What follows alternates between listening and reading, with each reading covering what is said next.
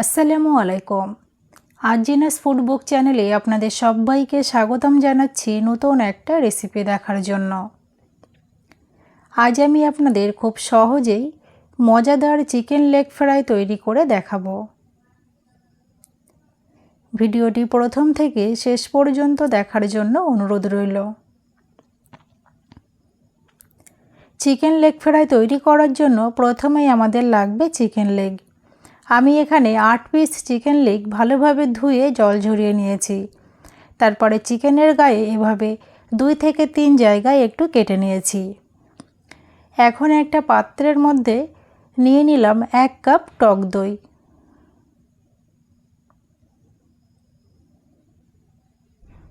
Half cup tomato sauce, 1 চামচ লবণ,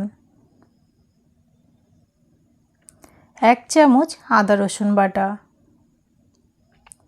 2 চামচ কাশ্মীরি লঙ্কা গুঁড়ো, 1 চামচ হলুদ গুঁড়ো, 1 চামচ কাঁচা লঙ্কা বাটা,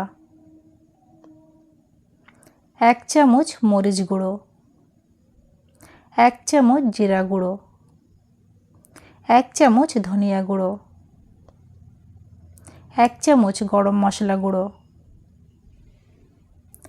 2 চামচ সরিষার তেল, আর দিয়ে দিলাম হাফ কাপ কোচানো ধনেপাতা। এখন সব মশলাগুলো একসঙ্গে ভালোভাবে মিশিয়ে নেব। মশলাগুলো ভালোভাবে মেশানো হয়ে গেলে চিকেন লেগগুলো মশলার মধ্যে দিয়ে দিলাম। তারপর মশলার সঙ্গে চিকেন লেগগুলো ভালোভাবে মাখিয়ে নেব।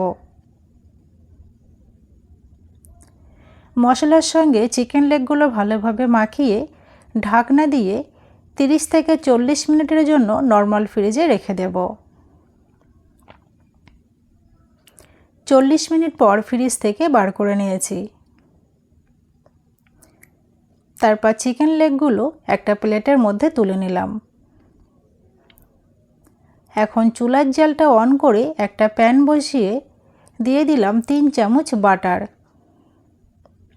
আপনারা এখানে সাদা তেল বা সরিষার তেলও ব্যবহার করতে পারেন। বাটারটা একটু গরম হলে চিকেন লেগগুলো দিয়ে দেব। এখন চুলার জালটা মিডিয়াম ফ্লেমে রেখে 3 থেকে 4 মিনিট চিকেন লেগগুলো ভেজে নেব। 3 থেকে 4 মিনিট পর চিকেন লেগগুলো উল্টে দিলাম। একইভাবে সব লেগ পিসগুলো উল্টে দেব। তারপর মিডিয়াম ফ্লেমে আরও 4 থেকে 5 মিনিট ভেজে নেব। 4 থেকে 5 মিনিট পর চিকেন লেগগুলো উল্টে দিলাম।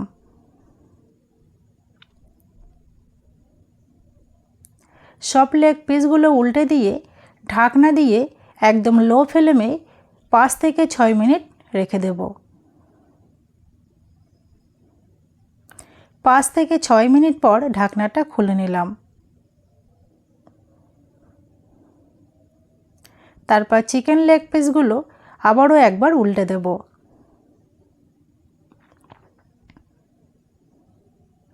সব লেগ পিসগুলো একইভাবে উল্টে দিয়ে ঢাকনা দিয়ে একদম লো ফ্লেমে আরও 6 থেকে 7 মিনিট রেখে দেব।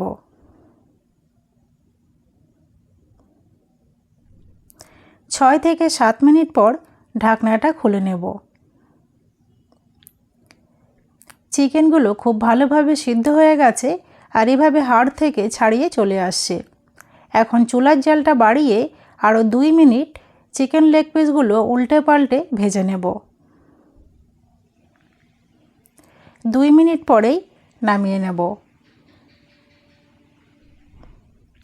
তৈরি হয়ে গেল দারুণ স্বাদের চিকেন লেগ ফ্রাই। আমার আজকের এই রেসিপিটা যদি আপনাদের ভালো লেগে থাকে তাহলে অবশ্যই লাইক, কমেন্ট, শেয়ার করবেন এবং আমার চ্যানেলটি সাবস্ক্রাইব করে পাশে থাকবেন। সবাই ভালো থাকবেন, সুস্থ থাকবেন।